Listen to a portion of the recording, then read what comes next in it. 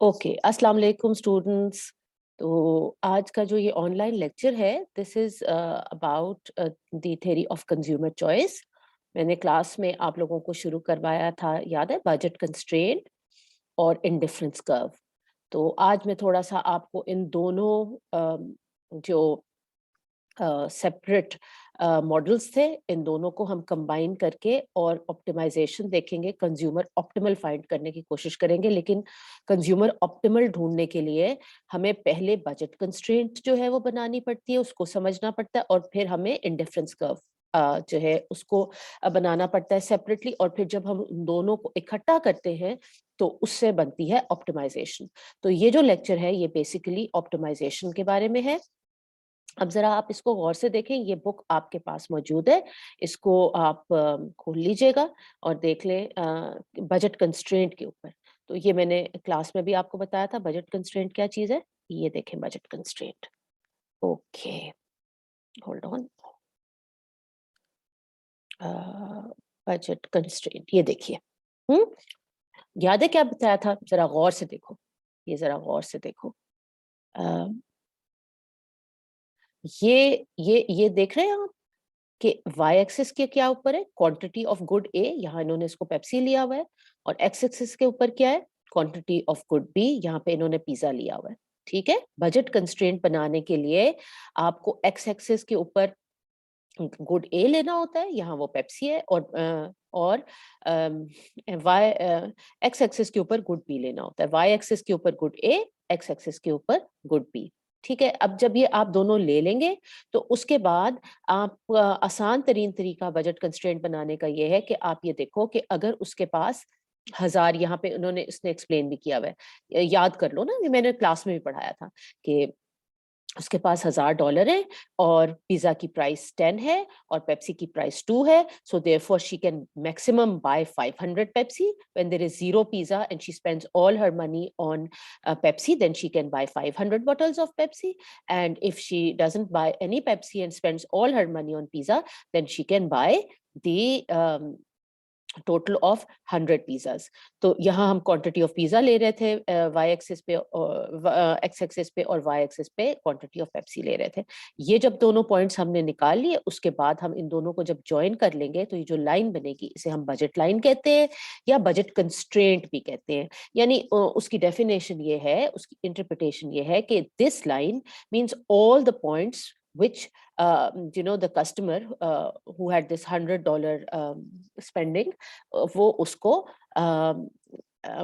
Afford कर सकती है। So it represents all the bundles which she can afford in $1000, and when she has to buy only these two goods, which is Pepsi and a pizza. अच्छा, तो अब ये है कि ये इसमें सारे बंडल्स हो सकते हैं। देखो मैं बताती हूँ, मैं पूछ सकती हूँ इम्तिहान में कि what is bundle B? Bundle B is a bundle where she has 500 bottles of Pepsi but she has no pizza. What is bundle A? It is a bundle where she has 100 pizzas but she has no Pepsi. What is bundle C? It is a bundle where she has 50 pizzas and 250 bottles of Pepsi.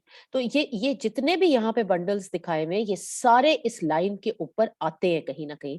देख लो ना, मसलन ये है कि 10 pizza, देखो 10 pizza अगर हो, 10 pizza इधर है ना, ये 10 पिज्जा इधर करके आएंगे तो देखो कितने होंगे, इधर से देखो 10 पिज्जा और अराउंड 450 उसके पास पेप्सी निकलेंगे। ठीक है, तो ये जो लाइन है बजट लाइन, दोबारा बता दूं for your reference, it is representing all the points, all the bundles which are affordable for a person given a certain budget constraint. ठीक है, एक बजट जो उसके पास मौजूद है, उसे जब उसे दो ही चीजों के ऊपर स्पेंड करना होता है तो वो उसमें से कौन कौन से बंडल्स ले सकती है, तो वो जो है वो सारे बंडल्स रिप्रेजेंट करते हैं ये बजट कंस्ट्रेंट। अब दूसरी चीज जो मैंने आपको बताई थी, और ये मैं कहा था कि इन दोनों को कंफ्यूज नहीं करना, ये बजट कंस्ट्रेंट है। अफोर्डेबिलिटी जो है ना वो रिफ्लेक्ट कर रही होती है, लेकिन अफोर्डेबिलिटी के साथ प्रेफरेंस तो नहीं ना उसकी रिफ्लेक्ट हो रही। ठीक है, ये सारे अफोर्डेबल है। अब इसके अंदर से प्रेफरेबल कौन सा है? तो प्रेफरेंस के अंदर जब हम बनाते हैं उसका मॉडल, उसको हम कहते हैं इंडिफरेंस कर्व।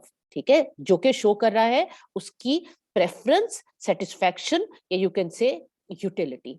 अब ये इंडिफरेंस कर्व इस तरह बनता है। इंडिफरेंस कर्व बनाने के लिए भी दोबारा से याद कर लें, गुड ए जो है वो वाई एक्सिस के ऊपर, गुड बी जो है वो एक्स एक्सिस के ऊपर। तो एक्स और वाई एक्सिस पे तो वही चीज है जो बजट कंस्ट्रेंट की है। मैं ये बात बिल्कुल दुरुस्त है, लेकिन ये बात याद रखें कि इसको आपने बजट कंस्ट्रेंट के साथ फिलहाल बिल्कुल कंफ्यूज नहीं करना। This represent something else. एक आप ये देख लें कि इसका शेप किस किस्म का है। इंडिफरेंस कर्व का शेप हमेशा ऐसा होगा, ये भी मैंने आपको क्लास में पढ़ाया था। इंडिफरेंस कर्व क्या चीज सिंबलाइज कर रहा है, क्या चीज दिखा रहा है? वो बंडल्स जिसके ऊपर consumer is going to be equally satisfied. The consumer is indifference कि उसको ए मिल जाए या बी मिल जाए। अब आप ए वाला बंडल देखो। ए वाला जो बंडल है उसमें पेप्सी कम है और पिज्जा ज्यादा है। सी वाला जो बंडल है उसके अंदर पिज्जा कम और पेप्सी ज्यादा है। नजर आ रहा है ना? लेकिन इंडिफरेंस कर्व पे क्योंकि ये दोनों पॉइंट्स लाई करते हैं, तो इसका मतलब ये होगा कि उसके लिए ए और सी इक्वली प्रेफरेबल है। उसमें से जो भी इसको बंडल मिल जाता है उससे उसको इक्वल यूटिलिटी या इक्वल सेटिस्फैक्शन मिलेगी। सो इन अदर वर्ड्स, इसको कहने का दूसरा तरीका ये है that on the indifference curve the utility is constant. On the indifference curve the satisfaction is constant. अब आप ये देख लो कि जो कर्व होता है, मैंने आपको बताया था, इसको हम कहते हैं ये नॉन लीनियर फंक्शन होता है। नॉन लीनियर फंक्शन की इस चीज ये है कि इसका जो स्लोप है वो चेंज करता रहता है। इंडिफरेंस कर्व के स्लोप को हम एमआरएस कहते हैं। MRS keeps on changing because the shape of the indifference curve is convex towards the origin, और वो एक नॉन लीनियर फंक्शन है, इसलिए उसका जो स्लोप है वो बदलता रहता है। ठीक है, और इसको स्लोप बदलता रहता है और इस स्लोप को हम कहते हैं एमआरएस। जो आपका लीनियर फंक्शन होता है उसका स्लोप नहीं बदलता, लेकिन वो एक लाइन की सूरत में होता है। ये लाइन नहीं है, इंडिफरेंस कर्व की शेप जो है वो लाइन की नहीं है, वो इस तरह के एक नॉन लीनियर बो शेप्ड जो है आपको कर्व नजर आता है, डाउनवर्ड स्लोपिंग। और उसकी वजह ये है, इसकी शेप ऐसी क्यों है, उसकी एक खास वजह है। उसकी वजह ये है, डाउनवर्ड स्लोपिंग क्यों है, वजह ये है कि जब आप एक चीज आपके पास होती है और दो चीजें आपने, दो ही चीजें परचेज करनी है और एक चीज ज्यादा आपके पास हो जाती है, फिर आप दूसरी चीज जो है वो लेना चाहते हैं। ठीक है, दो चीजें अगर आपके पास होती हैं और एक चीज बहुत ज्यादा हो जाती है और दूसरी चीज बिल्कुल होती ही नहीं है, तो आप जो है वो आप दूसरी चीज लेना जो है वो प्रेफर करते हैं। ठीक है, और अगर आपने एक चीज को छोड़ना है तो आपको तभी दूसरी चीज मिलेगी। यानी कि as as your preference for Pepsi goes up, preference को फॉर पिज्जा गोज डाउन।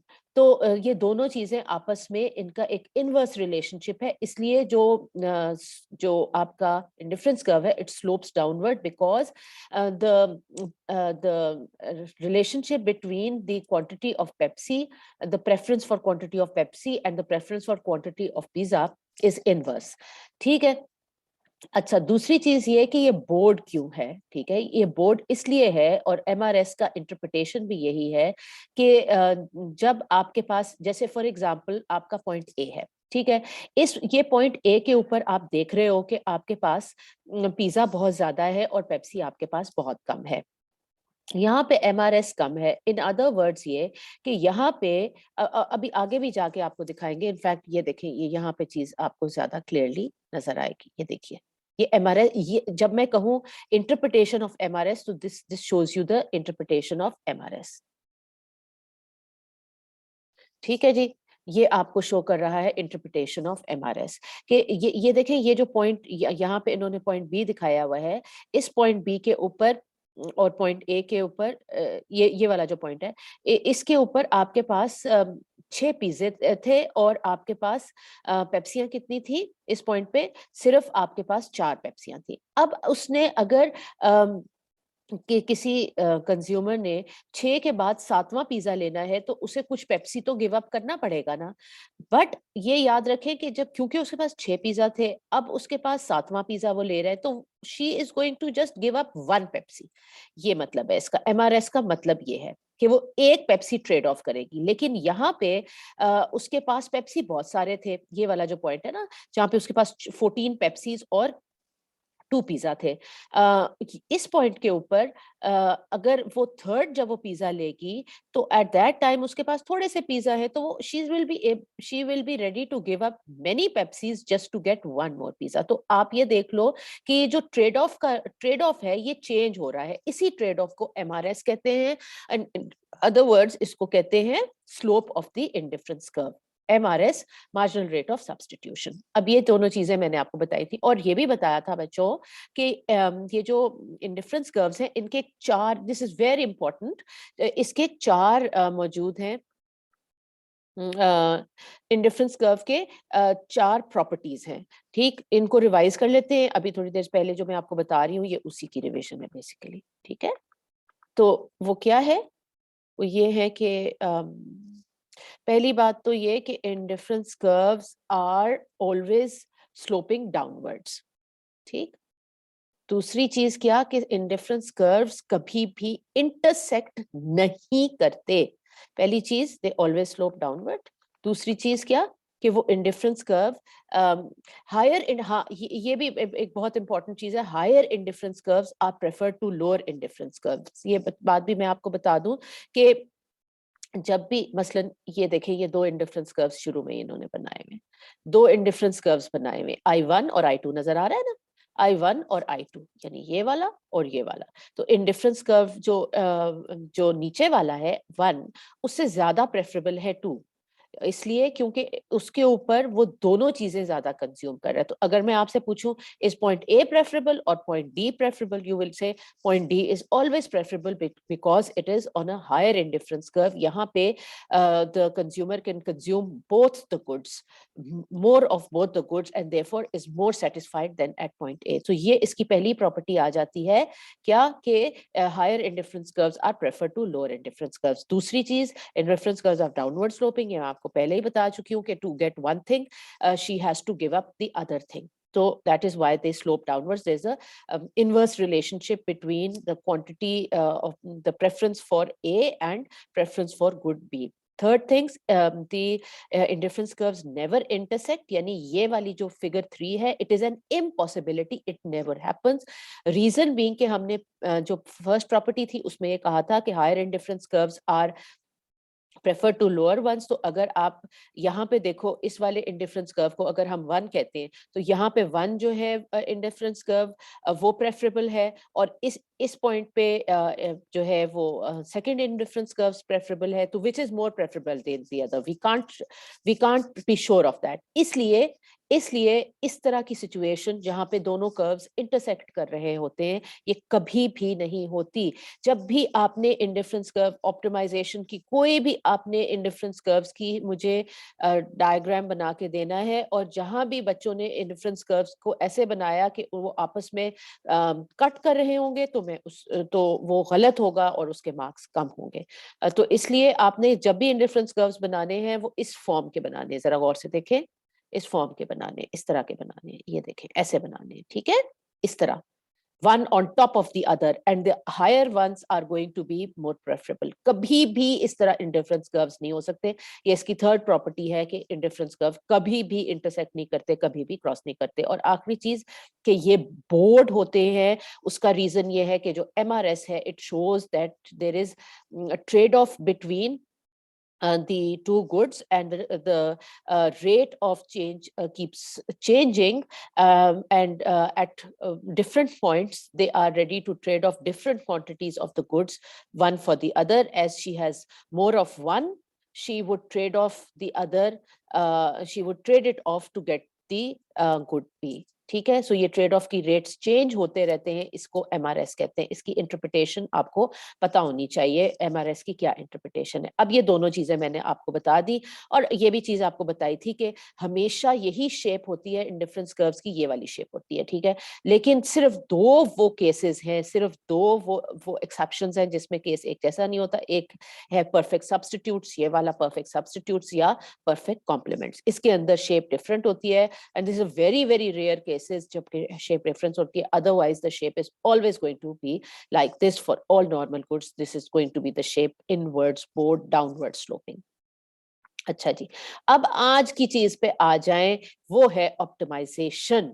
अब बच्चों इन दोनों चीजों को, कौन कौन सी चीजों को, फर्स्ट बजट कंस्ट्रेंट और दूसरी चीज आपका इंडिफरेंस कर्व, इन दोनों को जब हम इकट्ठा लेते हैं तो उससे हमें पता चलता है क्या चीज, कंज्यूमर ऑप्टिमम। सो कंज्यूमर ऑप्टिमम को फाइंड करने के लिए हमें बजट कंस्ट्रेंट और इंडिफरेंस कर्व्स को इकट्ठा देखना पड़ता है। देखें, बजट कंस्ट्रेंट जो हमने पहले बनाई थी, अगर आपको याद हो, यहाँ पे मसलन हमने लिखा था 100 पिज्जाज मैक्सिमम वो ले सकती है अगर सारे पैसे पिज्जा पे लगा दे, और मैक्सिमम 500 पेप्सी ले सकती है अगर सारे पेप्सियों के ऊपर पैसे लगा दे। उस याद है ना ये, और इनको जब हमने ज्वाइन किया था तो ये बजट कंस्ट्रेंट बन गई थी, और वो मैंने आपको बताया था it represents all the bundles which are affordable. फिर हमने एक इंडिफरेंस कर्व भी बनाया था जिसमें मैंने आपको बताया था it represents all the bundles which are preferable. तो आप ये बात याद रखें कि कंज्यूमर ऑप्टिमम वो एक यूनिक पॉइंट है जहां पे जो इंडिफरेंस कर्व है वो बजट कंस्ट्रेंट के साथ टेंजेंट होगा। अब ये गौर से देखें, ये जो सिंपली ये जो स्मॉल लिटिल टच होता है ना, जब एक कर्व जो है ये टच कर रहा होता है ओनली एट वन पॉइंट, इसको पॉइंट ऑफ टेंजेंसी कहते हैं। So this is tangent, this is tangent. जब भी आप ऐसे इस तरह बनाएंगे जहां पे जो कर्व है वो सिर्फ एक पॉइंट पे टच कर रहा होता है, उसको टेंजेंट कहते हैं। ठीक है, इस तरह कभी कर्व नहीं बनाना जहां पे वो कट कर रहा हो, नहीं, ये तो कट कर रहा है ना, ये वाला कर्व तो कट कर रहा है, ये इससे हम कंज्यूमर ऑप्टिमम फाइंड नहीं कर सकते। उसका रीजन मैं आपको बताती हूँ। देखिए, ये जो कट करने वाला कर्व है इसके ऊपर पॉइंट बी है। अब पॉइंट बी के ऊपर सारे उसके लिए इक्वली प्रेफरेबल है, लेकिन ये जो उसकी अफोर्डेबिलिटी तो इससे ज्यादा थी ना, बी से ज्यादा थी, ये अफोर्डेबिलिटी शो कर रहा है, बी से ज्यादा अफोर्डेबिलिटी थी, तो she could have afforded a better bundle than this, and on that bundle the for that bundle the indifference curve would be higher, यानी I2 जो है वो I1 के ऊपर जो ये जो ऑप्टिमम का पॉइंट दिखाया हुआ है ये I2 के ऊपर दिखाया हुआ है, and indifference curve I2 is higher than indifference curve 1, so it is preferable. ये भी तो मैंने आपको बात बताई है।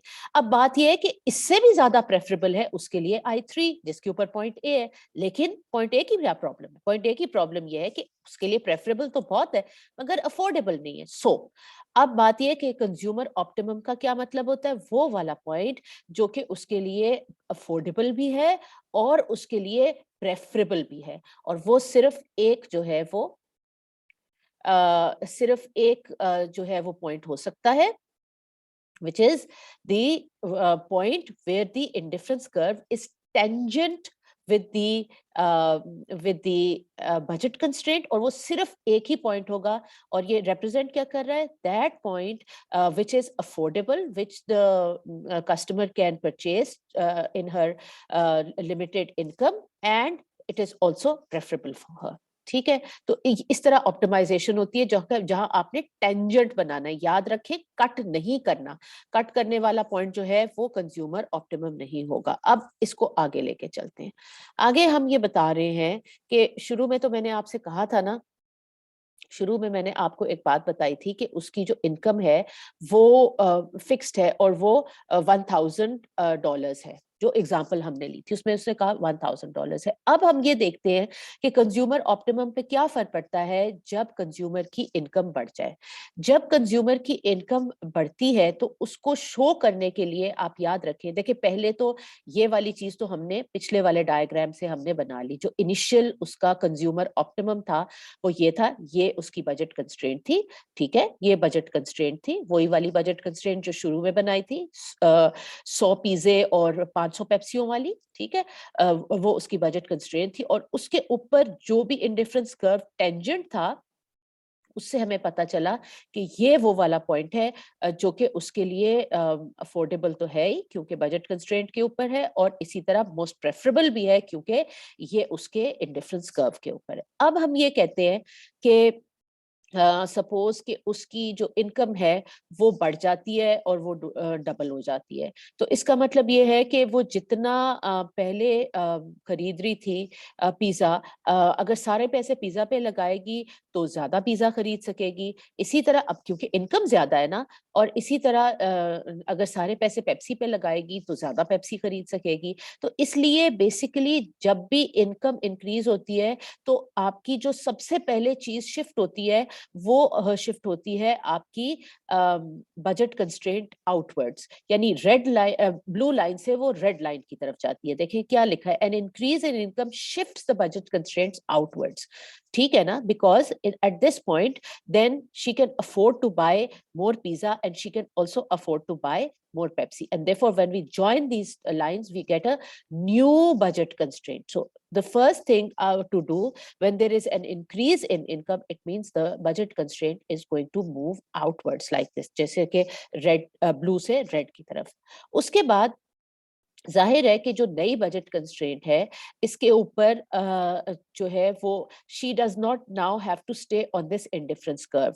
अब क्योंकि उसका बजट ज्यादा हो गया है तो यहाँ पे एक दूसरा इंडिफरेंस कर्व आएगा, जहाँ पे पॉइंट ऑफ टेंजेंसी होगी वो पॉइंट होगा जो कि with the increase in income is going to be most preferable and most affordable for her. ठीक है, तो अब यानी इसी तरह आप दिखाएंगे इंक्रीज इन इनकम को, a new budget constraint and a new indifference curve। लेकिन एक बात जो गौर से देखने वाली है वो देखो I1 और I2 जिस तरह बने हुए हैं वो इंटरसेक्ट नहीं कर रहे। एक बनाया और उसके ऊपर दूसरा बनाया, सो हायर इंडिफरेंस कर्व उसको it is more preferable to her, so obviously she is happier and the utility also increases because income increases, so therefore utility increases. लेकिन ये इंक्रीज का इन्होंने दिखाया हुआ है इम्तिहान में, मैं आपसे कह सकती हूँ कि डिक्रीज इन इनकम दिखाएं।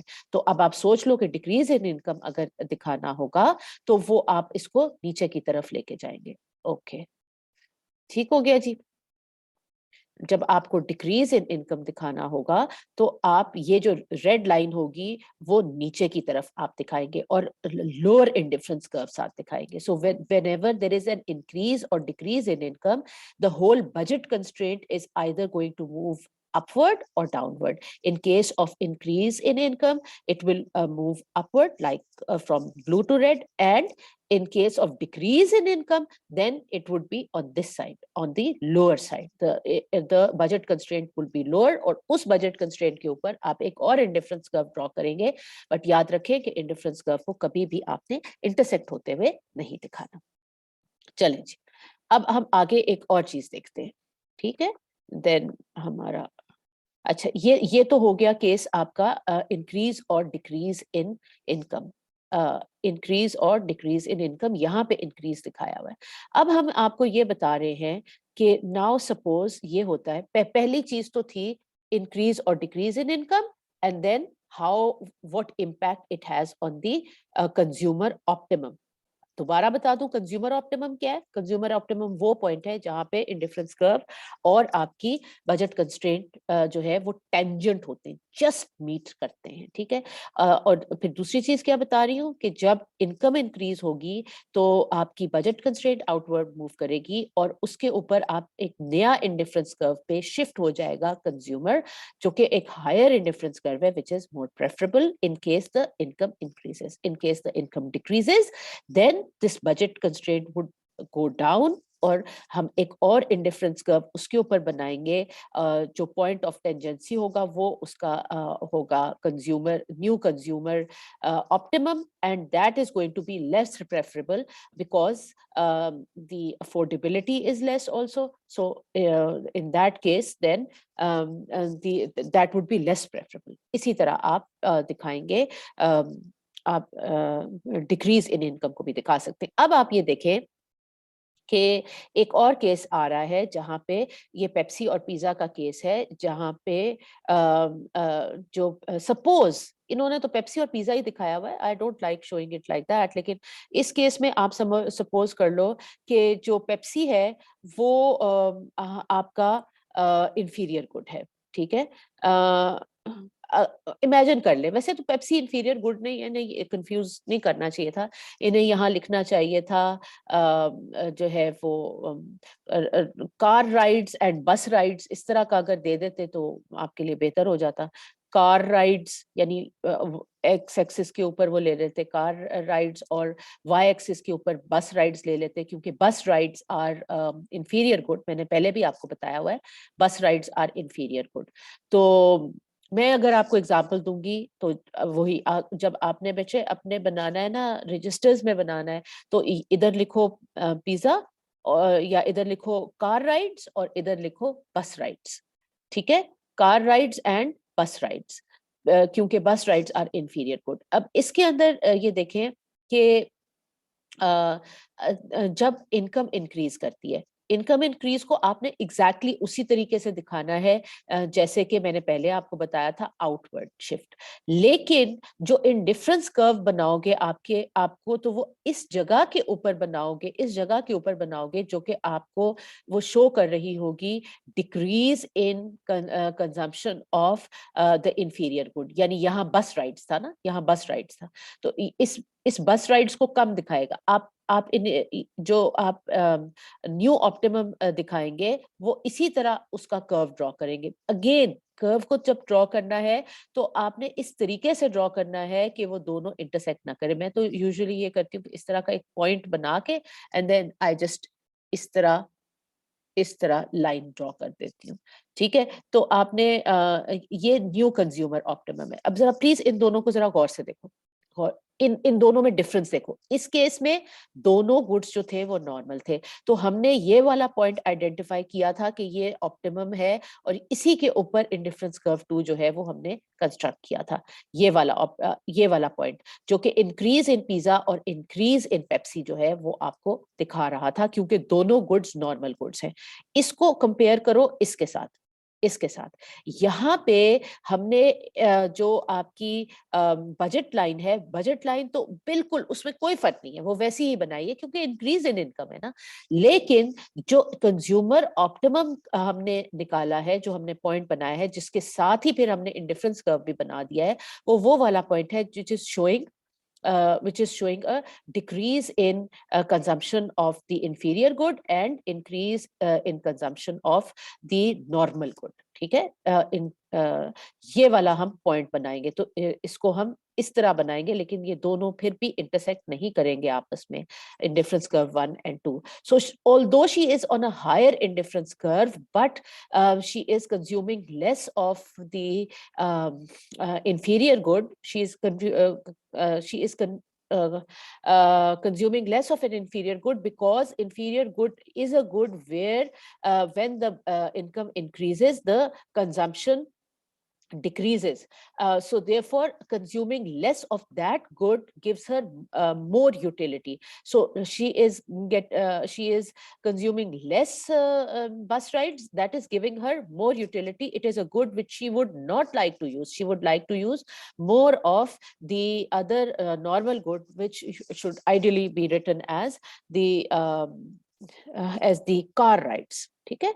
तो उसकी यूटिलिटी यहाँ पे बढ़ रही है, हालांकि वो ये वाली चीज जो है ये कम यूज कर रही है, फिर भी उसकी यूटिलिटी जो है वो बढ़ रही है।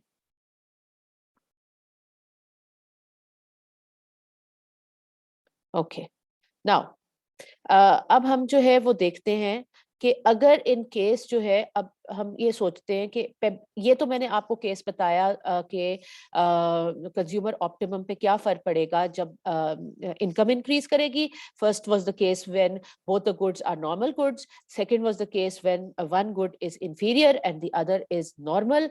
और अब हम ये देखते हैं कि कंज्यूमर ऑप्टिमम पे क्या फर्क पड़ेगा अगर उसकी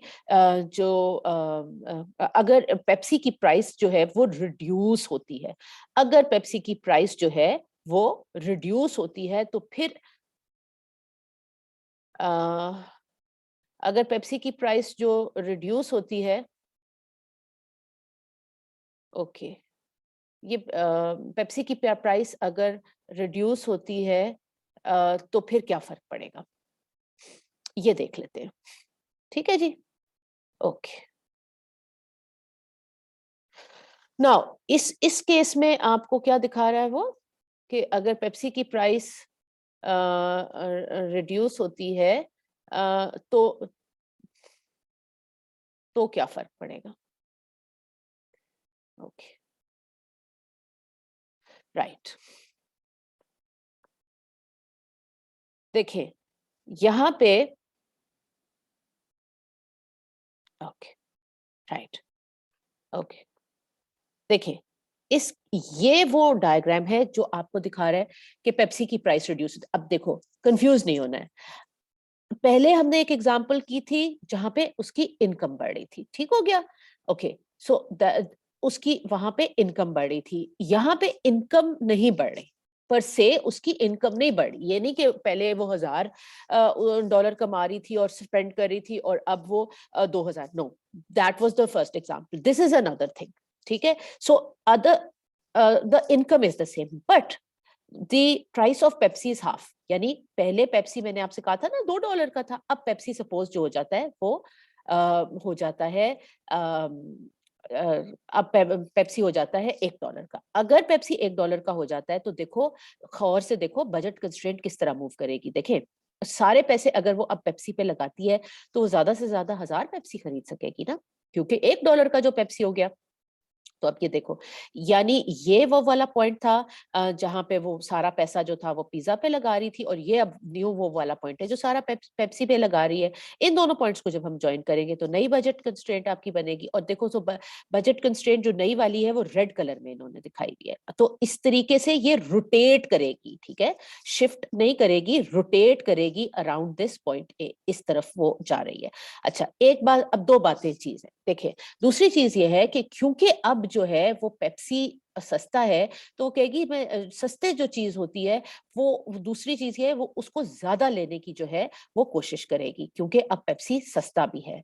तो इसलिए जो नया ऑप्टिमम आएगा वो इस पॉइंट के ऊपर आएगा। ये देखें, ये नया वाला ऑप्टिमम पॉइंट आ रहा है। ये वो वाला पॉइंट है जिसके अंदर she is going to consume more of both things, क्योंकि देखें दूसरे इंडिफरेंस कर्व पे आ रहा है more of, she is going to consume more, but she is going to consume relatively more Pepsi as compared to pizza, even though she is on a higher indifference curve. The reason being के Pepsi is cheaper. Now, यहाँ पे दो possibilities है बच्चों, अभी गौर से देखें कि ये दो पॉसिबिलिटीज हैं। एक पॉसिबिलिटी तो ये है कि हम इंडिफरेंस कर्व यहाँ करके बनाएं, जो कि चीज ये शो करेगी कि जब उसकी पेप्सी की प्राइस जो है वो कम होती है तो she is going to move to an upper indifference curve where she is going to consume a lot of Pepsi, not only because Pepsi is cheaper but also because she is feeling richer.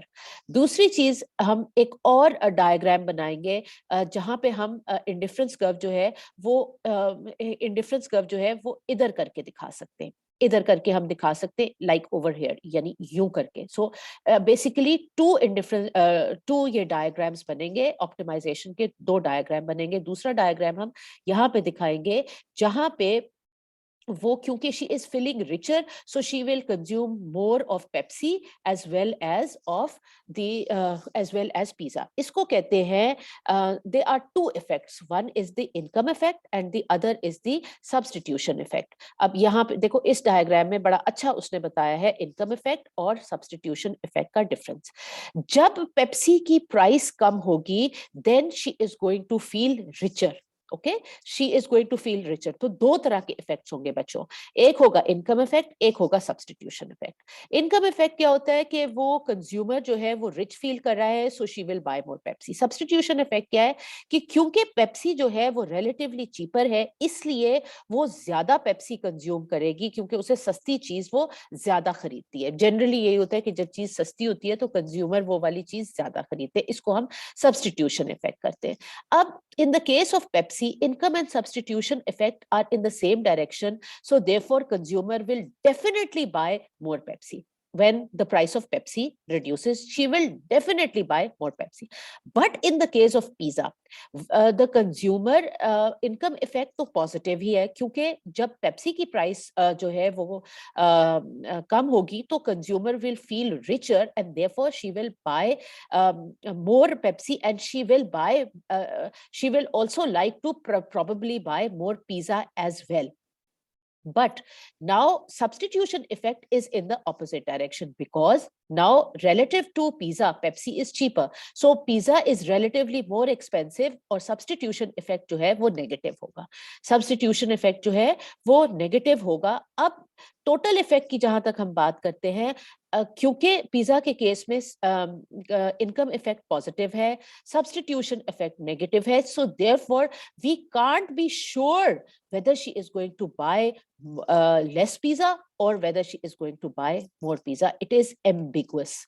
It is ambiguous. और याद कर लो, जब हमने demand और supply के equilibrium के भी diagrams बनाए थे, तो उसमें भी मैंने कहा था एम्बिगुअस जब हमने दिखाना होता है तो हमें दो डायग्राम्स बनाने होते हैं. एक में हम दिखाएंगे दैट द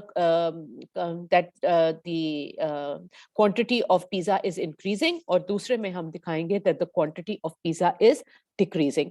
इन्होंने जो डायग्राम यहाँ पे बनाया हुआ है, ये डायग्राम जो इन्होंने एक बनाया हुआ है, over there they have shown only one thing, that the quantity of pizza is decreasing. In other words, what they have shown is that the substitution effect is more than the income effect. इन्होंने जो दिखाया है वो ये कि substitution effect is more than the income effect.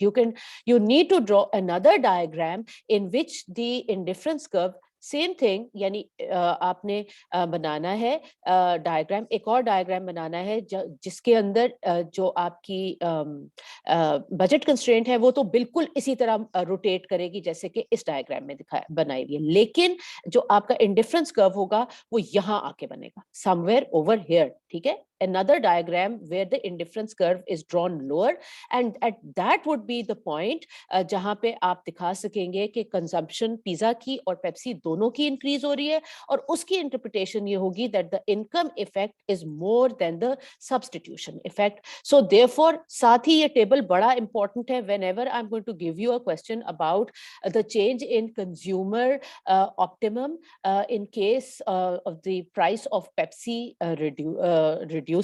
तो आपने ये वाला डायग्राम हमेशा जो है वो बनाना है, और उसमें आप लिखेंगे about income effect, substitution effect and total effect. ठीक है, दो डायग्राम्स बनाएंगे और साथ ये वाला टेबल हमेशा बनाएंगे.